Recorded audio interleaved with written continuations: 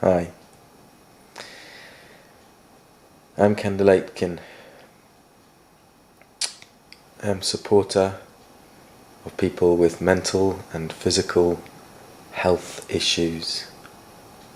I'm a counsellor and coach, supporting people to move towards happiness.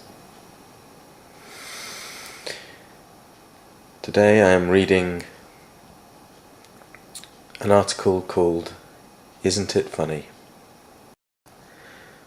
One thing I've learnt is you can't meaningfully support anyone who is not ready, and I'm not here to persuade anyone to be ready.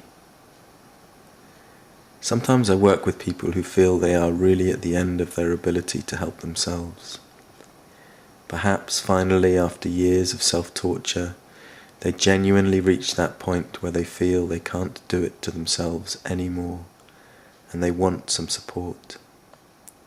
Some deal with depression or eating issues, sex addiction, alcohol, or other drugs, or they just live with deep unhappiness that they don't understand. Once they've hit their rock bottom and genuinely had enough of feeling like that, then as long as they're committed to staying alive, there is really only one direction for them to go. Once they're engaged, once they're really invested in really wanting to feel better, a large part of the work is already done. Why is that?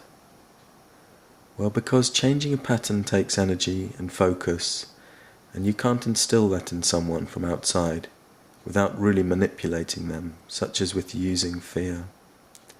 People have to want to do it for themselves. They have to create their own energy to do it. I can't be there every day pushing them out of bed or telling them not to consume that substance, or reminding them to go for a walk or a run, or to think with appreciation. Many of those who tell me they are ready often know deep down that they are not, but they really, really wish they were. And they're often brilliant liars to themselves and to anyone else who will listen. Once someone is ready, then they will be active. They will really start to listen. Not just hearing some words, but actively listening. The words make sense. They take it in and then apply the principles as actions. Those people get to realize that I know nothing about what makes them happy. Only they know that. What I do is to point out the patterns they are caught in that don't support them feeling good. And I point out those other patterns that will support them. And together, we work out something really important for anyone's growth. What inspires them? This is so different from the question of what do you want to not do anymore?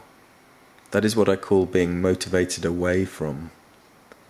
Feeling inspired is feeling drawn towards. It's what gets you out of bed with pleasure. It is what makes you stop before you make a negative choice. It is what keeps you focused on who you want to be and what you feel excited to become.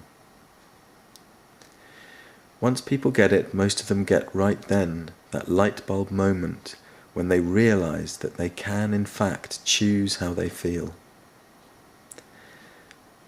Something I find always amazing in our society is how little we really think intelligently about ourselves, what we are doing here, what we put in our bodies, and consciously noticing our patterns of behaviour. I'm sure the media, the internet, advertising and TV all play a large part in distracting us from being with ourselves and really feeling who we are and working out how to change our patterns to ones that feel better. Yet it is our responsibility to be responsible for ourselves, to be conscious and intelligent about what we are doing to our bodies, and to be aware of the patterns of our thinking and how those patterns affect our moods. It's funny, no one makes us watch TV or keeps us constantly imbibing entertainment or anything else, so that we don't have time to reflect on what we are doing to ourselves. Yet without a certain kind of intelligence, we can so easily get stuck in and remove ourselves from the questions that seem to me to be far bigger and more important. such as how do I really feel in my body on a daily basis, or right now, or how will I feel when the TV program ends and I switch off the machine and perhaps for once I am sitting still for a few moments in silent contact with myself. How strange that so many of us do so much to avoid really meeting ourselves. One day years have passed and we wake up and we don't know why, but we don't feel happy with our bodies, with our relationship. We've lost that sense of being inspired and excited by life.